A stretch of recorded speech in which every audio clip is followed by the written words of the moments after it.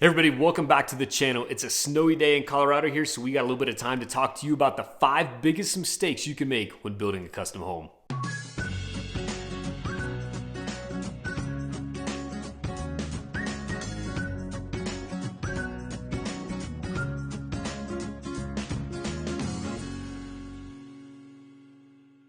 right, like I said, today we're going to talk about the 5 biggest mistakes you can make whenever building a custom home.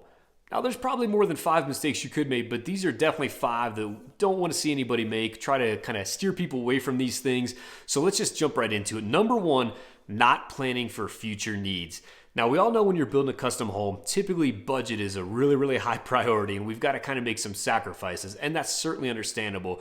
But just we always encourage people, if you know there's going to be a future need coming up, especially if it's in the near-term future, try to really find a way to work it in your budget to spend the money for whatever that need is. The example I'll give you is maybe it's an accessory dwelling unit. Sometimes you'll hear them called a mother-in-law suite, a granny flat, whatever term you use. If you think you might have, maybe you have an aging parent that probably in the near-term future is going to need to move in with you, man, when you build your custom home, it makes a whole lot of sense to figure that out at the very beginning. Design the home and build the home so that it fits that need for you, so that you kind of check that box for that future need. Now, of course, we all know there might be some unforeseen future needs that we didn't know about when we built the home, but if you're just building the home and you're a young couple, just the two of you, but you want to have a medium or large size family, or really any kiddos at all, plan that into the build of the home so that it fits for you not just today, but also in the future. Just plan for future needs, understanding there's going to be budgetary constraints to most of these, but if possible, just make that list of all of your current needs and your future needs, especially if they're near term.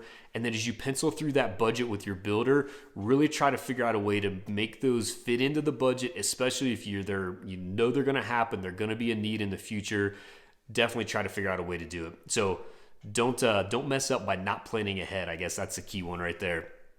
The next one is making the home too unique. So it's a custom home. It's your custom home. So you want to build it for you. You've been dreaming about this forever. You've had these, production homes, nice homes throughout your life, whatever the case might be. But now it's your chance to build the home that you want custom for yourself. That's a great opportunity, and we love that. What we always encourage people to do, though, is don't make it too unique to the point that if you do have to sell the home, maybe this isn't your forever home. You're going to be selling it in the future, even if it's 5, 10, 15, 20 years down the road. Or just unforeseen things happen, and maybe you have to sell the home when you really didn't think you were going to. Maybe you thought it was going to be your forever home. Those homes that are too unique, they can cause problems, honestly. They can be very difficult to sell. We do also help people buy and sell homes as well. And man, when we have those custom homes that we have to put on the market that have that super funky whatever it is about it, it makes them really hard to sell. And there's a lot of homes that we've walked into and we're like, man, that probably worked really well for these folks, but it's not going to work for anybody else. And what happens is as soon as somebody comes in to look at that house to buy it or potentially buy it, the first thing they think of is what's the cost is it going to take me to change that back to the way I would want it. So while we certainly encourage you, it's your custom home, build it the way you want it, but just kind of keep that in the back of your mind. If I ever do have to sell this house, foreseen or unforeseen, whatever the case is, am I doing anything that's going to be too unique or too just for me that isn't going to work for somebody else? And you can certainly make your home very unique for you. Maybe there's certain rooms that you're going to use for a very specific thing, but if you needed to sell the house, you could take out maybe whatever finishes you have in the room that worked well for you, and then it's just a room at the end of the day. It could be a bedroom for somebody else or a gym or whatever the case might be. So just really trying to think of design elements in the house that are going to fit for a lot of folks and still be unique for you. It's sometimes it's a little bit of a tricky mix. Nobody gets it perfect for sure. I know in my personal home, there's things like for us, like as an example, a large master closet wasn't a huge deal for us. So for the size of the rest of the house, the master closet probably is a little bit small. And I know whenever if we sell, that might be a little bit of an issue, but it was one that I thought we could kind of work around a little bit.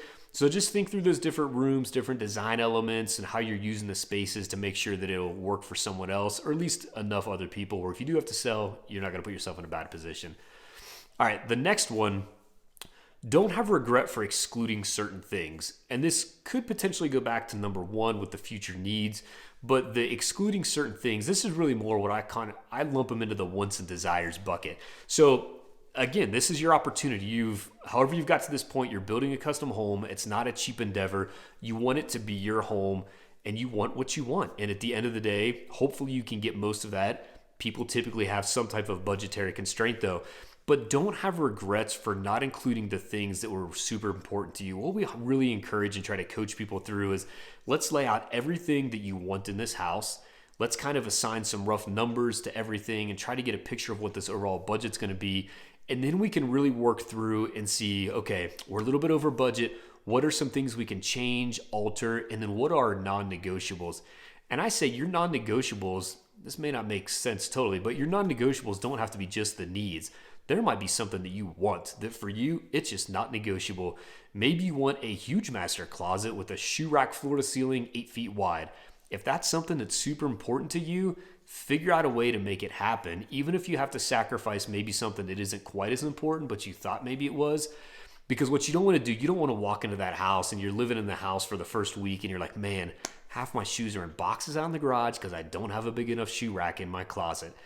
You build a custom home, make it the way you want it, try to do it within your budget, obviously, and really work through every aspect of the design of the home to make sure that the areas that you're sacrificing are really the ones that you're open to sacrificing. Don't have regrets about about excluding things that you really did want and you didn't quite know it at the time. So this is just a lot of brain exercise, right? You've just got to go through every aspect of the house, picture yourself living in the house, how you're going to be day to day, what's really important to you, maybe what you wish you would have had in your old houses. Use all that stuff as you plan out your new home. And like I said, it's custom, so put in what you want to, try to stay within your budget, but don't have the regrets because you didn't include something you really, really wanted. All right, the next thing, number 4, this is one that we see some people do because it's early in the process and it's an expensive part of the endeavor, and that's settling on the lot or the piece of land that you buy to build your custom home on. Like I said, it's an extremely expensive part of it. Here along the Front Range of Colorado, for a 2.5 acre property or lot in a custom home community, you're paying say $300,000 for it. If you want a 5-6 acre lot, you're probably paying $500,000. So land gets pretty darn expensive pretty fast as a chunk of your overall budget for your custom home build. But like they say in real estate, it's all about location, right? You can't change the lot. You can't change the land that you put your house on. You can do some landscaping, of course, but overall, you can't change it too much. Whereas you can maybe add on to your house. You can maybe, finish out that space above the garage that you left unfinished. Maybe you left the basement unfinished. Those are things you can do to the home after the fact. Obviously, it's always more convenient to do everything at the very beginning, but because of budgetary constraints, that's usually not how we do things. But man, you can do that stuff later. But it's really expensive to pick the house up and move it to another location. So I encourage people to just, take your time as you're going through that process of trying to find a nice lot that you like, a community that you like if you want to be in a custom home community, or maybe it's a piece of rural property away from everything on maybe a little bit more acreage, whatever the case is. Take your time, really work through that process to kind of do that introspective reflection and see what's important to you when it comes to the lot and land piece of it. It is very expensive, and it's one of those things you got to do at the very beginning. So you're automatically right off the bat, you're thinking, oh my gosh, I blew my budget and I haven't even started to design a house yet. Lot and land, those things, it's an extremely important decision. Don't settle on that aspect unless you absolutely have to. Compromise is one thing, but don't settle on something that, like I said, you move into your house a week later, you're sitting on the back porch drinking the coffee, and you're like, man, I can't stand the view out of the back of my house off my patio. And that's all you wanted to do was be in a custom home drinking coffee on your patio. Don't make that mistake. Make sure that your budget fits what you're trying to do and be patient about trying to find the specific piece of land that fits for you. Number 4, don't settle on the lot. All right, number 5. So this will be the last one we'll talk about right now. This is a big one. I don't want to say it's common, but I think it probably is common, is selecting a subpar builder. There are a lot of custom home builders out there, and unfortunately, they're not all created equal. There are a lot of amazing custom home builders, and there are a lot of really, really bad custom home builders. So just do your due diligence. That's really what it comes down to. Do your due diligence. Sit down, do face-to-face interviews with the people, with the builder, whether it's a little bit bigger company or whether it's a small mom and pop operation. Sit down, have those face-to-face interviews. Make sure that you're on the same page as far as how the process is going to work. Can they do it within your budget? Is your budget realistic? Do they Have they built the style that you're looking for? Do they have trades that have a proven track record? Can you see other homes to see what the fit and finish of things look like? It just really kind of gut feel too. I always tell people, man, like your guts, 9 times out of 10, it seems like our gut feelings are right. So just make sure you take your time, do your due diligence to select the best custom home builder for you. And with that, if you are here in the state of Colorado where we are at, man, we'd love the opportunity to have that face-to-face conversation and see if we would be a good fit for you. Let's run through those 5 things real quick. Like I said, there's other mistakes you can make, but these are 5 that I see a lot of people do that I don't want you guys to mess up on. Number 1, not planning for future needs, whether it's near-term, long-term, whatever it is. If there's a need you know is out there, try to get that into the house to begin with so you're not trying to figure it out later, and it's going to cost more later too. Making the home too unique, make it custom for you, but just kind of have that thought in the back of your mind too. If I do have to sell this house in the future, am I doing anything that's going to make that near impossible? Don't make it too unique. And also, don't regret about things that you did not include in the home. If there's stuff that's important to you, even if it's a want, not a need, figure out a way to do that within your budget. Maybe cut some other things out if you have to, but figure out a way to get those things in that are super important because you don't want to have regrets the first day you move into the house. Don't settle on the lot or the land. Like I said, it's really expensive to move a house, but you can finish a basement. That's realistic. Don't settle on the lot. Make sure you get the lot and the piece of land that you want.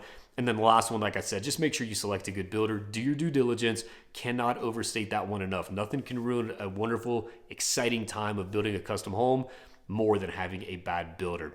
Hey, if this was good information for you, like I said, we just want to make sure that you have all the info to make good decisions as you maybe journey down this path of building a custom home. So if this is good info, hey, please take the time, subscribe to the channel. We're trying to get new content out every week to help you out. Hit the little bell so you get all the notifications so you know when we post new content. And if you have any questions whatsoever, no matter where you're at, take the time, call, text, email, whatever is easiest for you. Just want to make sure we get back to you and help you out however we can. Take care.